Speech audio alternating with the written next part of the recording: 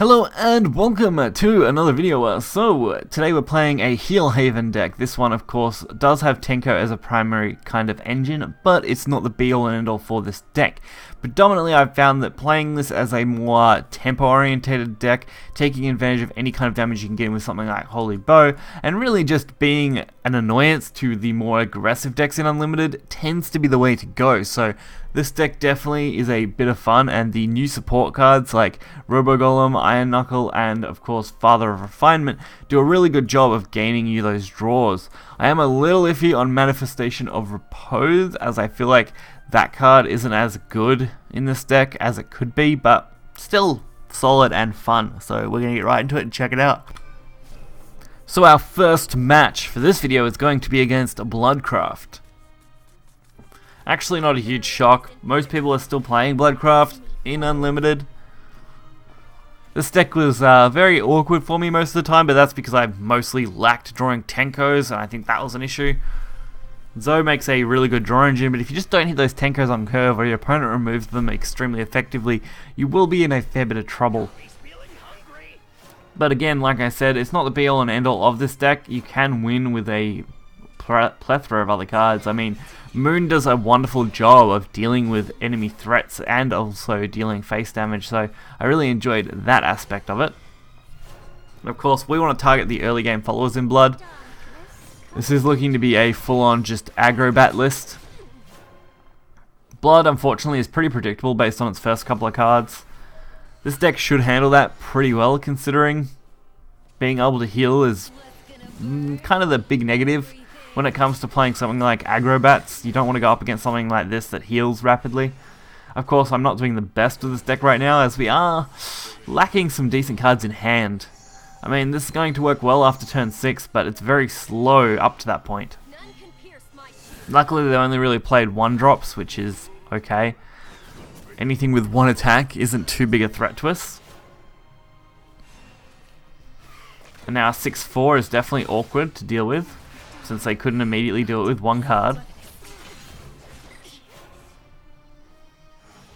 Now I just need to decide on the best way to do this, and I think just playing out the Gym Princess, going for 1 single heal, definitely the most beneficial.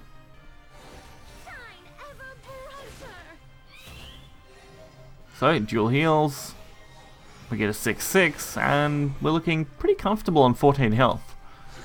Old Blood King is a little bit of a threat, since of course him buffing is a nightmare to deal with. Especially with Gift of Bloodkin, that's rough.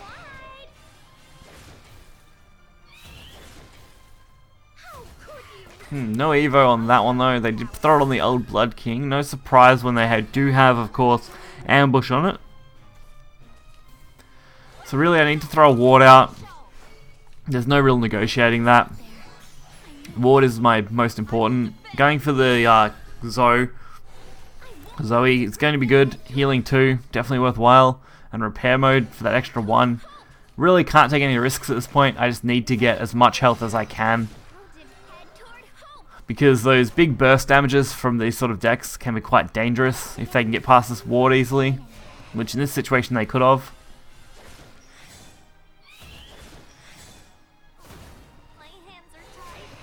So I was trying to think, could they have come up with a way around this that would have won them the game? And honestly, they probably could have.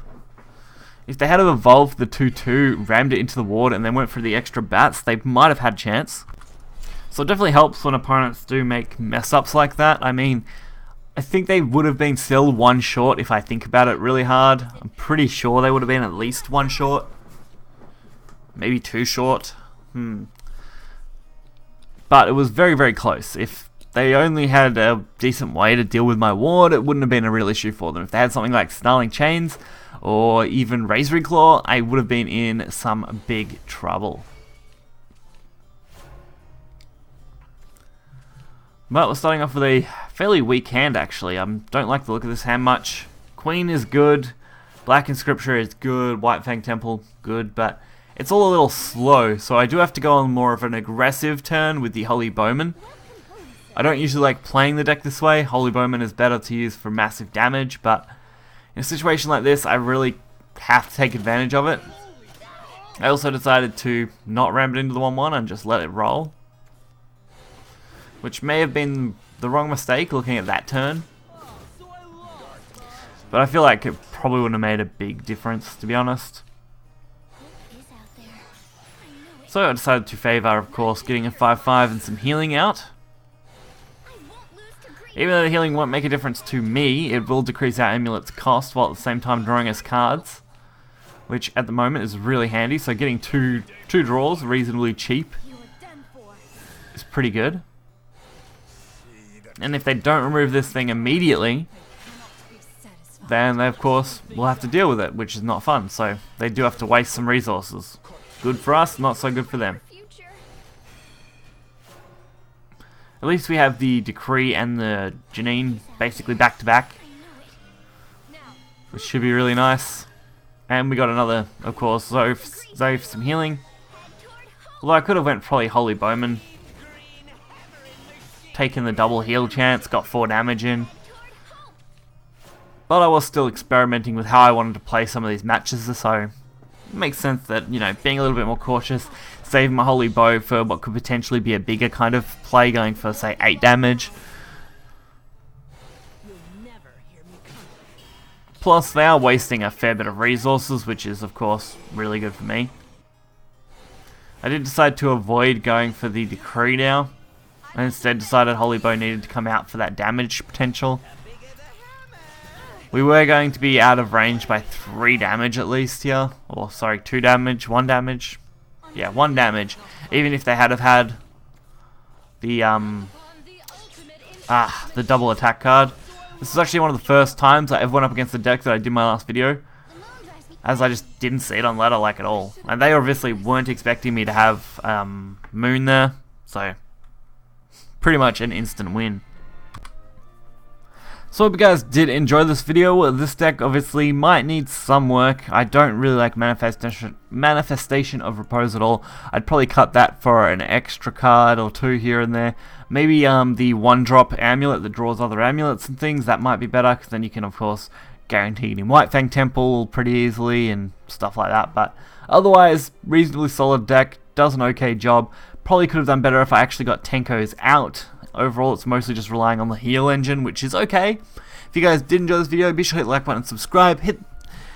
Make sure to check out any other links in the description below, as there might be something relevant to you down there. Until next time, guys, see ya.